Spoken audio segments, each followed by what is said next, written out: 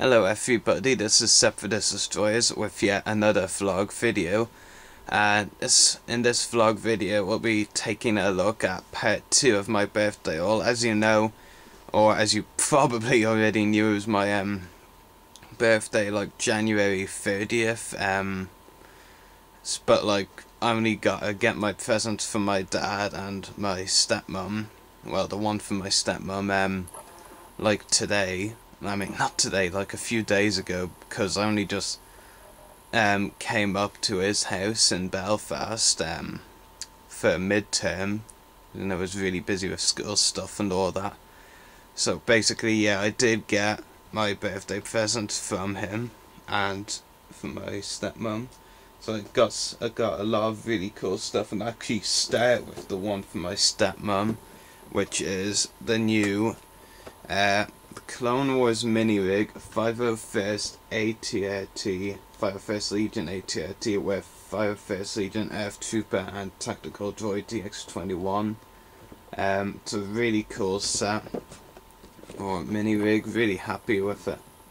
Obviously I'm going to open all this. I'm just keeping all of these carded for now until until I either get back to Dublin or just in general get bored, decide to review and leave the packaging here.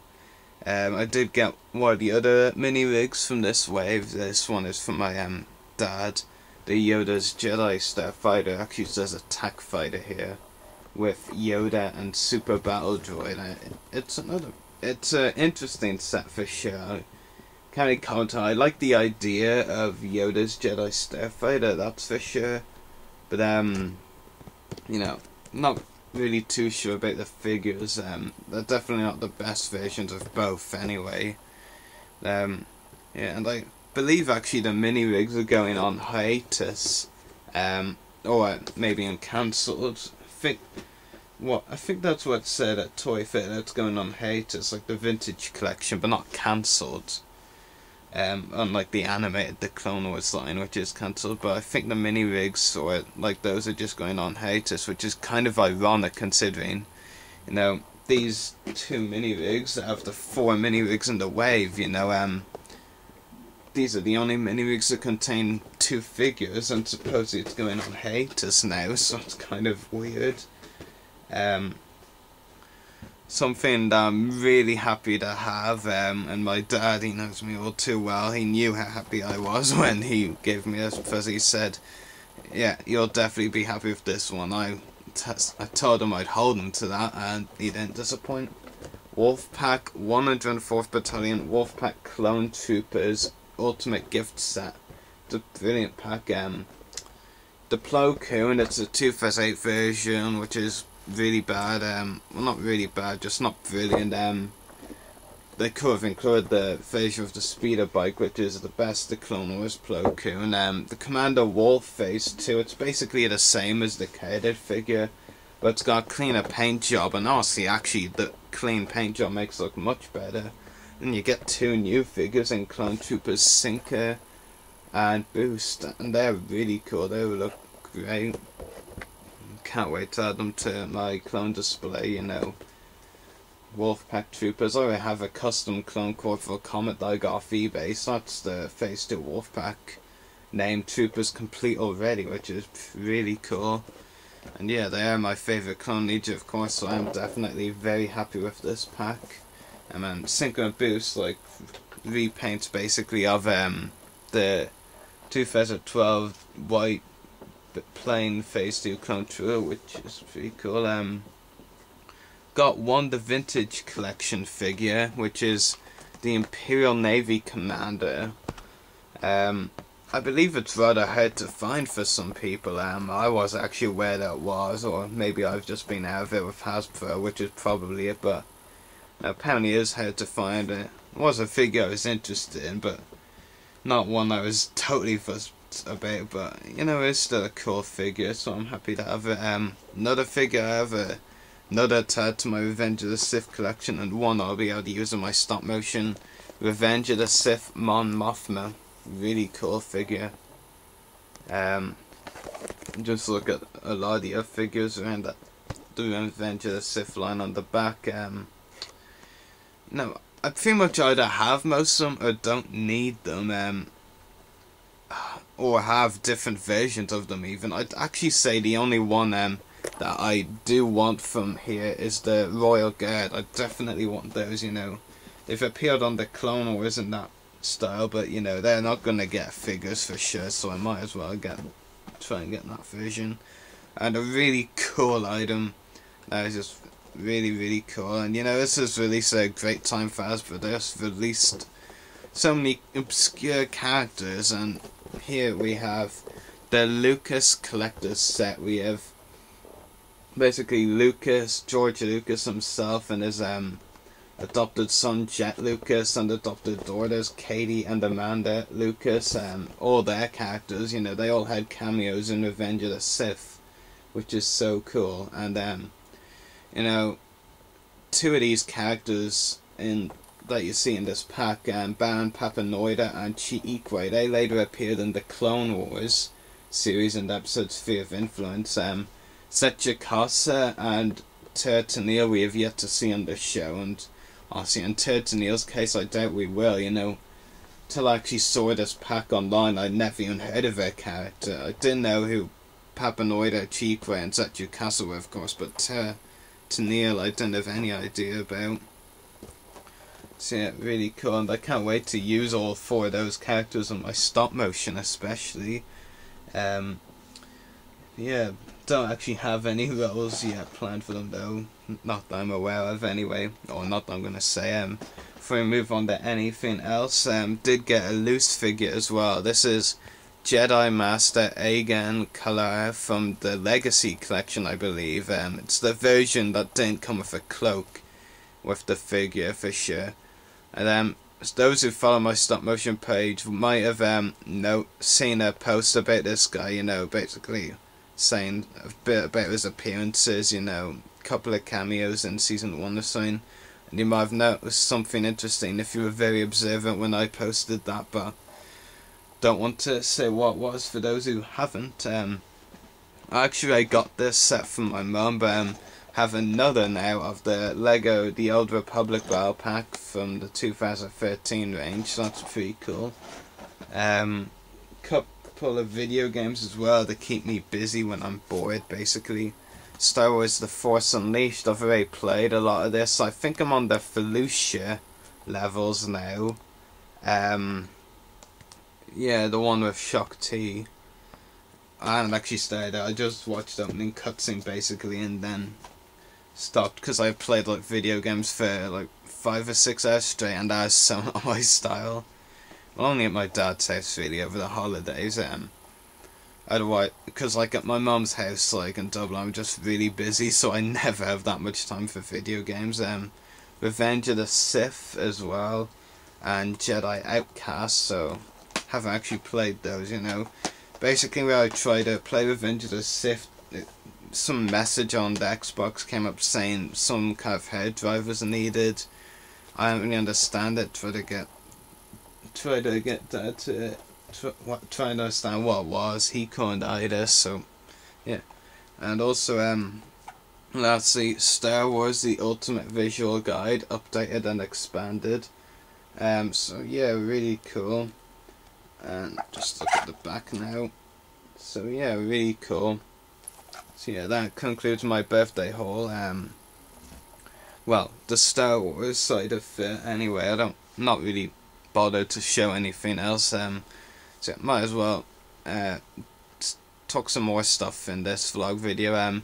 So my first convention is of the year. Not my first convention. My first of the year is in 2 days. Heroes and Legends and Mixed Franchises convention. You know, I'm not actually sure where they were on the latest guests.